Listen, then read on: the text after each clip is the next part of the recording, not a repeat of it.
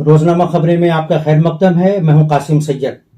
मुनव्वर राना एक ऐसा नाम कि जब लबों पर आता है, जब जहन में आता है, तो उनके साथ जुड़े हुए तनाज़ात और वाक़यात भी सामने आ जाते हैं।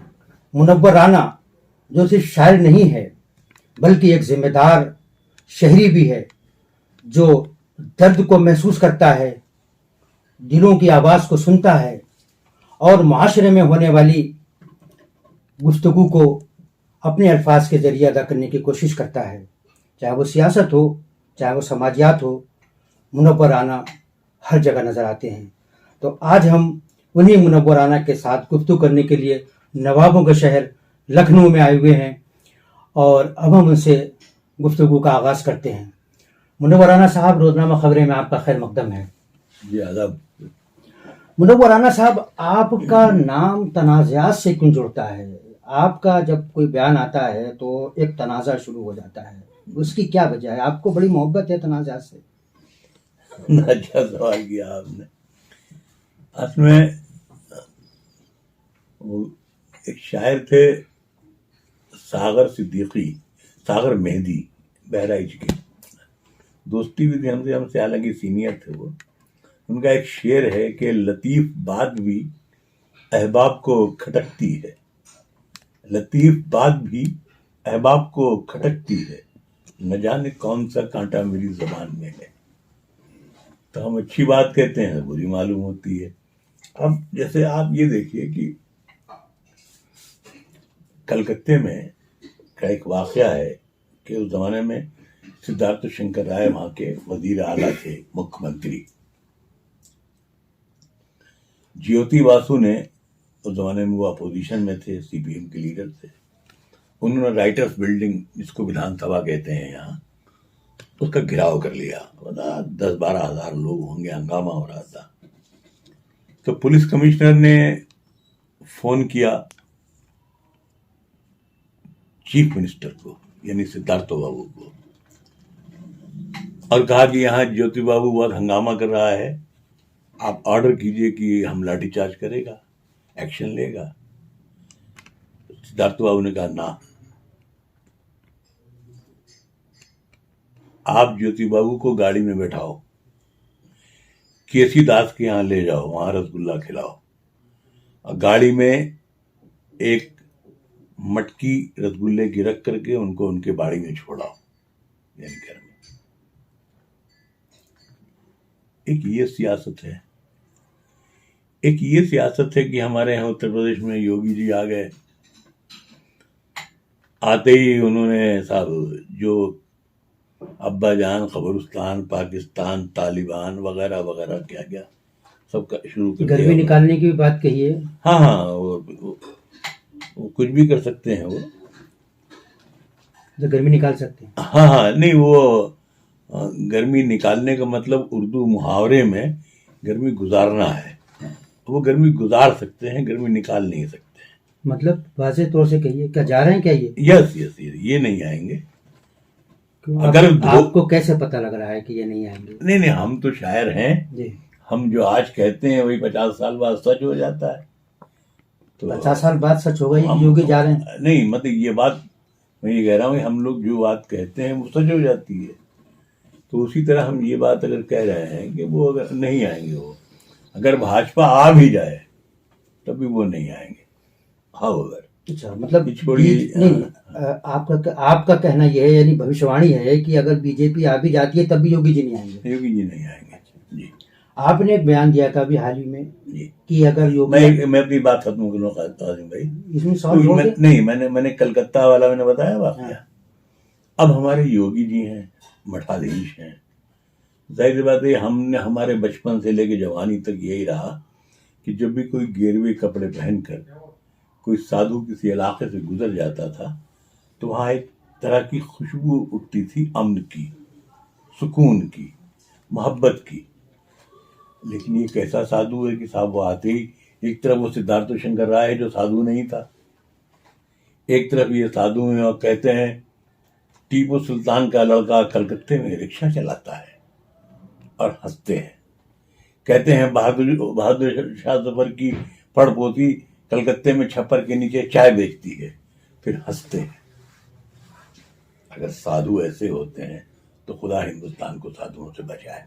नंबर 1। नंबर 2, बाबा गोरखनाथ भी एक संत थे जिन्होंने गोरखपुर जिनके नाम से जो बताया था, उनकी नेकियां, उनका खुलूस, उनका अपने मजहब, अपने जो सूफियाना उनका जो तर्ज और तरीका था, उससे मुतासिर होकर आसिफुद्दौला नाम का एक नवाब हुआ करता था जो वाजिद अली शाह का खानदान था, जिनकी पड़पोती वहां चाय बेच रही है। उसने बाबा गोरखनाथ को वो जमीन दी थी जहां आज मठ है। कम से कम उस मठ की और बाबा गोरखनाथ की इज्जत रखने के लिए उन्हें अपनी जबान अच्छी, साफ सुथरी और तमीजदार कर लेनी चाहिए। अगर मैं ये बात कहता हूं तो मैं कौन सी बुरी बात कहता हूं? क्या मैं शायर हूं तो ये बोलने की इजाजत नहीं है कि एक सिद्धार्थ शंकर राय जो साधु नहीं था वो ऐसा था। आप साधु भी हैं और कहते हैं हम मठाधीश भी हैं, सब कुछ हैं, लेकिन आप इतनी कच्ची जबान इस्तेमाल करते हैं। आपने तो हम शायरों को बोलने के लायक ही नहीं रखा। आप जब बोलते हैं मैं ठोक दूंगा और पेल दूंगा और खोस दूंगा और मार दूंगा, तो हम सोचते हैं शायरी की इस मुल्क में जरूरत ही नहीं रह गई है। उत्तर प्रदेश में शायरी और कविता और मोहब्बत और ओस की बूंद का केले के पत्ते पे शर्माते हुए इधर उधर डोलना, इसकी कोई जरूरत नहीं है। सिर्फ ठोकने की, पेलने की, खोसने की, इसी की जरूरत है। तो आप बोलिए, खुदा आपको मुबारक करे। अभी आपने एक बयान दिया था हाल ही में कि अगर योगी दोबारा आ गए तो मैं यूपी छोड़ दूंगा। हाँ, मैंने कहा। तो केशव प्रसाद मौर्य ने आपको जवाब दिया कि ठीक है, आपकी ये मनोकामना ही पूरी हो जाएगी। तो ये जो आपने ये धमकी है, वार्निंग है, खौफ है, डर है, नफरत है, क्या है नहीं, इस बयान के पीछे? नफरत कुछ भी नहीं। जाहिर सी बात है कि हम उनका क्या कर लेंगे। तो डर है? नहीं, जाहिर सी बात है कि अगर डर होता तो पहले ही चले गए होते। डर होता तो पाकिस्तान चले गए होते।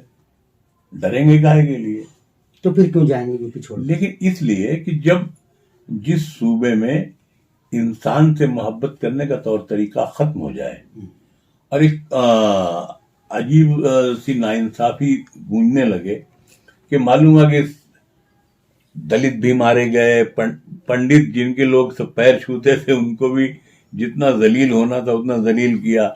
मुसलमान तो बेचारा बचे ही इसी काम के लिए कि जिसको मारो पीटो। तो इसलिए ऐसे सूबे में जहां योगी जी इस तरह का सलूक करें, वहां रहने का फायदा क्या है? रहने से कोई मकसद नहीं। यही है कि इस उम्र में पलायन करना बहुत दुश्वार काम है। पलायन तो मेरे बाप ने नहीं किया, जब पूरा खानदान चला गया था, पूरा पेड़ खाली हो गया था मेरे खानदान का, लेकिन मेरे बाप वो परिंदे थे कि हिले नहीं। उन्होंने कहा नहीं, वो हमारा शेर है कि पैदा यहीं हुआ हूं, यहीं पर मरूंगा मैं। वो और लोग थे जो कराची चले गए।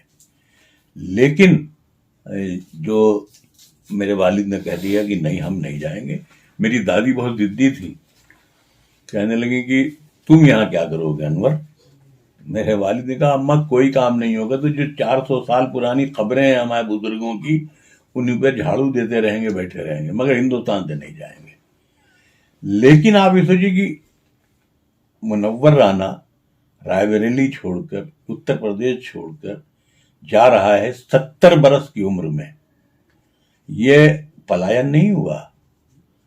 ये चाहे केशव मौर्य हो, चाहे दिनेश शर्मा साहब हो, चाहे योगी साहब हो, सबके लिए एक मैसेज है कि ये पलायन नहीं है, ये एक 70 साल बुजुर्ग की आत्महत्या है और आत्महत्या करने पर आप मजबूर कर रहे हैं।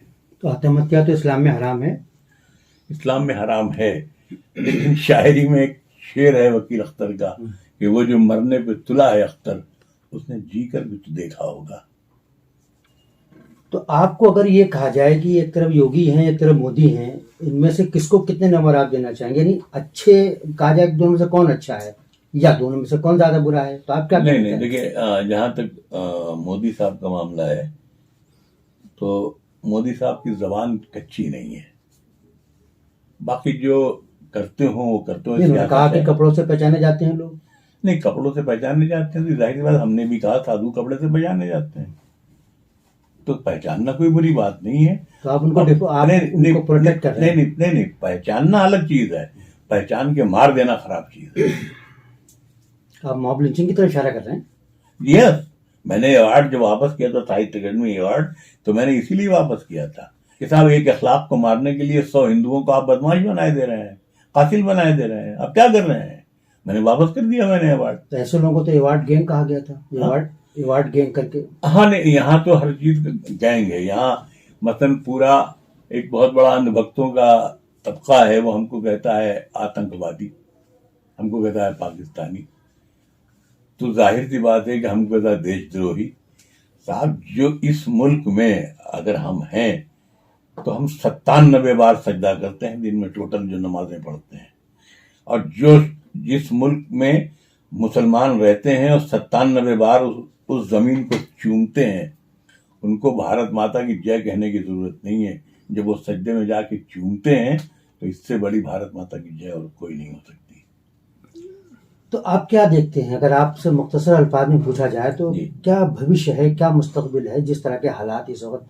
हालात संसद धर्म संसद की बातों को देख लीजिए, योगी जी के बयान को देख लीजिए, और जो दो लोग बयान देते हैं, उसके पस मंजर में कैसा भारत देख रहे हैं आप? मुझे दुख इस बात का होता है इस उम्र में, 70 वर्ष की उम्र में, कि जब मैं पैदा हुआ था तो मैंने पूरा हिंदुस्तान नहीं देखा था। फिर मैंने हिंदुस्तान के 2 से 3 टुकड़े देखे, एक हिंदुस्तान, एक पाकिस्तान, एक बांग्लादेश। मैं 52 में पैदा हुआ था, मैंने पूरा हिंदुस्तान नहीं देखा। मुझे रातों में भी, ये ख्वाब में भी अगर आता है तो डर लगता है कि शायद मेरे पोते भी पूरा हिंदुस्तान नहीं देख पाएंगे। जैसी नफरतें हैं यहाँ, जैसी सूबाई। आप बहुत बड़ी बात कह रहे हैं। मैं बिल्कुल बहुत बड़ी बात कर रहा हूँ कि जो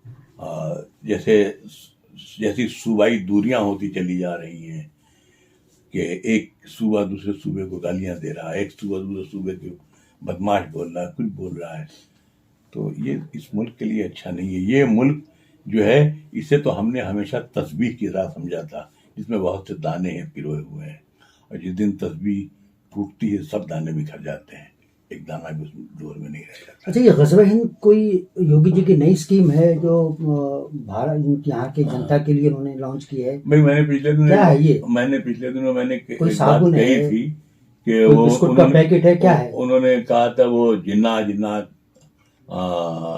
अखिलेश यादव ने जिन्ना, मैंने कभी देखी जिन्ना यादव तो था नहीं, वो अखिलेश के कंधे पे रख करके 20 करोड़ मुसलमानों को दलील करने के लिए जिन्ना कह रहे हैं। और उनको ये सुन के दुख होगा कि हमारे 20 साल 25 साल के नाती पोते हमसे पूछते हैं कि बाबा ये जिन्ना हुआ, जिन्ना कौन था? तो मैं कहता हूं योगी जी का दोस्त था, हम इससे ज्यादा हम नहीं जानते। तो उसी तरह से ये जो ग़ज़वा हिंद है, ये जैसे होता है ना कि बहुत सी दवाएं बाजार में बेची जाती हैं, तो योगी जी के पास बहुत से नुस्खे हैं, तो उन्होंने ये निकाल दिया है ग़ज़वा हिंद। तो ये दवा बिक रही है? इनकी दवा कुछ बिकेगी नहीं है तो इस बार। नफरत बहुत देर तक नहीं बिकती है, नफरत की बहुत उम्र नहीं होती है। इनसे बड़े बड़े नफरत करने वाले इस मुल्क में पैदा हुए और इस मुल्क में बह गए, खत्म हो गए, पता तक नहीं चला, ये भी नहीं रहेंगे। लेकिन दुख यही है कि हिंदुस्तान को जैसे एक अगर सांड अगर घुस आता है घर में तो निकाल दिया ही जाता है, लेकिन जो घर का नुकसान होना होता है वो हो जाता है। इस नफरत से जो हिंदुस्तान का नुकसान होना है वो अफसोसनाक है जितना नुकसान हो। ये अगर कोई ऐसा ही काम, जैसे हमने ये कहा था कि अगर मोदी जी मेरे साथ चलकर सिर्फ इखलाक के रोते हुए बच्चों के आंसू पोंछ दें तो हम उनके जूते तक उठाने के लिए तैयार हैं। एएनआई रिपोर्टर जो है उसने इस मैसेज को उसने सब काटने के बाद खाली इतनी खबर छापी कि मुनव्वराना मोदी के जूते उठाने के लिए तैयार। तो अब कहने का मतलब ये है कि जब मीडिया ऐसा काम करे तो हम क्या कर सकते हैं। लेकिन ये है कि हमने जो मुझे कहना था वो मैंने मोदी साहब से ये भी कहा कि सर मैं आपका नाम इतिहास के पन्नों पर सम्राट अशोक की तरह देखना चाहता हूँ। लेकिन ये सबका साथ सबका विकास जो है, ये सचमुच सबका साथ सबका विकास होना चाहिए, जो मुझे कहना था। तो जाहिर सी बात है, अच्छा काम अगर मोदी जी भी कोई कर दें तो उनके लिए भी हम शेर कह सकते हैं। भाई शायर का काम ही है कि कोई अच्छी चीज ढूंढकर उस पर शेर कहना।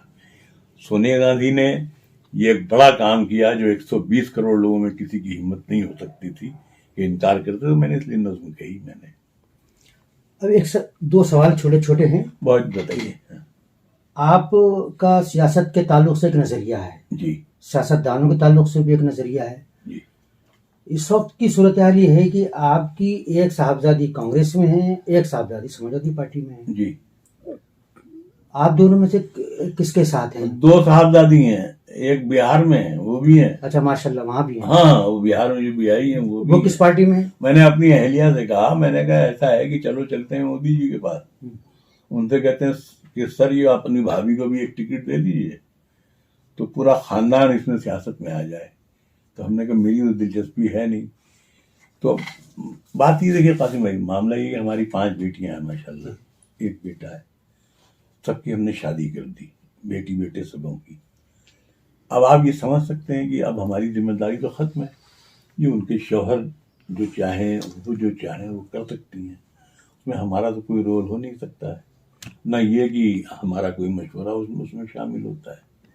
तो वो आपको उरूसा के लिए आपकी नेक दुआएं तमन्नाएं उरूसा के लिए हैं जो चुनाव में खड़ी हुई हैं? नहीं, उरूसा के लिए क्यों, सुमैया के लिए भी है जो सपा में भी है। तो वो चुनाव कहाँ लड़ रही है? नहीं लड़ रही है, लेकिन नेक, हाँ हम तो मतलब आपके दोनों हाथों में लड्डू हैं। नहीं, जो हमारे पास आएगी वो हमारी बेटी की तरह आएगी। वो कुछ भी हो जाए हमसे बड़ी तो नहीं हो सकती है ना।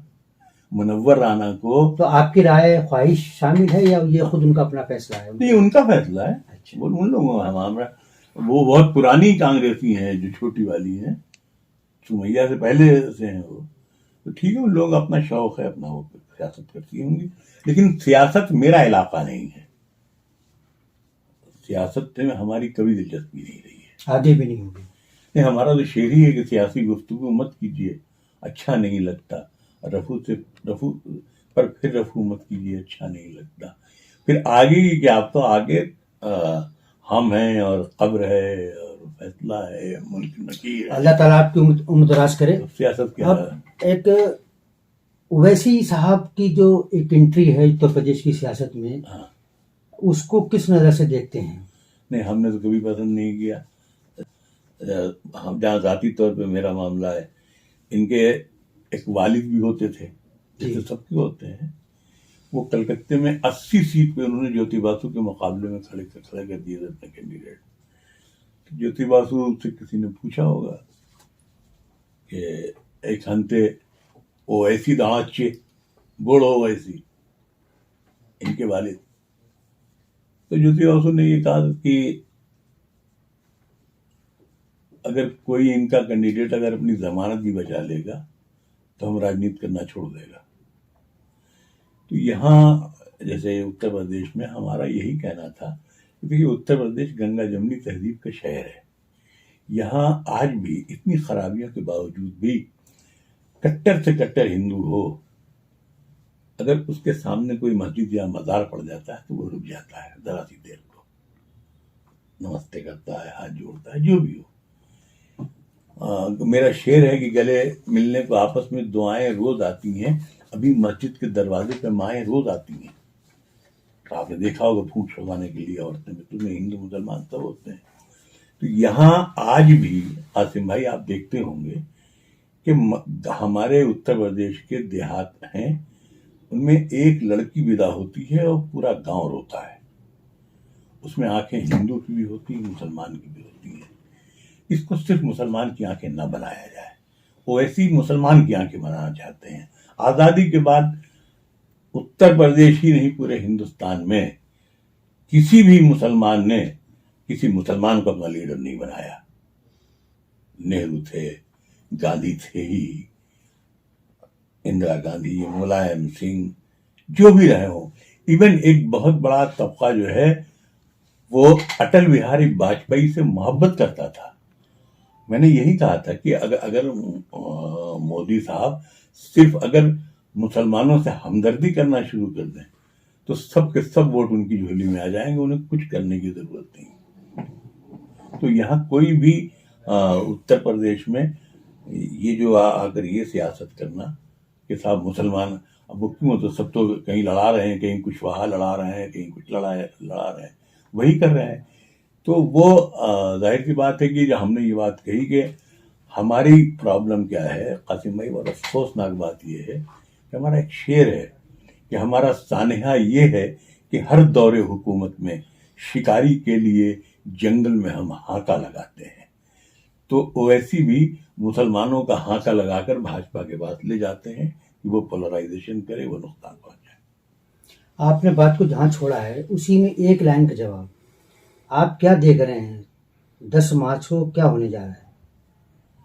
आपने चूंकि कहा कि लोग आपको नजूमी भी समझते हैं, आप ऐसी बात कह देते हैं वो सच हो जाती है, तो आप 10 मार्च को क्या देख रहे हैं? ये ना हमसे कहलवाई है, क्या फायदा। ठीक है, 10 मार्च का इंतजार कर लीजिए। आप तो बड़े बेखौफ निडर आदमी हैं, यहाँ के क्यों रुक रहे हैं? नहीं, असल में देखिए जो सूरत हाल है उसमें जब ओवैसी जैसे लोग भी मौजूद हों और भी सब इतने कैंडिडेट हों, तो ये वोट की डिवीज़न पर है। अगर वोट डिवीज़न बंटते नहीं है तो एक गैर भाजपाई हुकूमत आ जाएगी। लेकिन जिस तरह से वोट आपस में सब बट रहे हैं, अब देखा जाए कि सेक्युलरिज्म में कितना दम है। यहाँ तो मुकाबला 80-20 का नहीं है, सेक्युलरिज्म और कम्युनलिज्म का मुकाबला है। देखना है कि हिंदुस्तान में सेक्युलरिज्म रहेगा या कम्युनलिज्म रहेगा। अगर इस इंटरव्यू का अख्ताम किसी खूबसूरत शेर पर हो जाए तो क्या ही अच्छा हो। हाँ, मिट्टी में मिला दे कि जुदा हो नहीं सकता, मिट्टी में मिला दे कि जुदा हो नहीं सकता, अब इससे ज्यादा मैं तेरा हो नहीं सकता। मिट्टी में मिला दे कि जुदा हो नहीं सकता, अब इससे ज्यादा मैं तेरा हो नहीं सकता। दहलीज पे रख दी हैं किसी शख्स ने आंखें, दहलीज पे रख दी हैं किसी शख्स ने आंखें, रोशन को भी इतना तो दिया हो नहीं सकता। मिट्टी में मिला दे कि जुदा हो नहीं सकता, अब इससे ज्यादा मैं तेरा हो नहीं सकता। तो ये थे मुनव्वर राना। मुनव्वर राना ने जिस अंदाज में गुफ्तगू की है, तो आपने देखा होगा कि यहाँ कहीं दूर दूर तक मसलहत नज़र नहीं आती। हफीज़ मेल्ठी ने एक शेर कहा था, ठिठक गई है हवस मसलहत के पास आकर, वफा गुजर भी गई तख्त ताज ठुकरा कर। तो ये हमारी थी आज की ख़ास पेशकश। आपको ये ख़ास पेशकश कैसी लगी, इसके बारे में अपनी राय से ज़रूर आगाह करिएगा।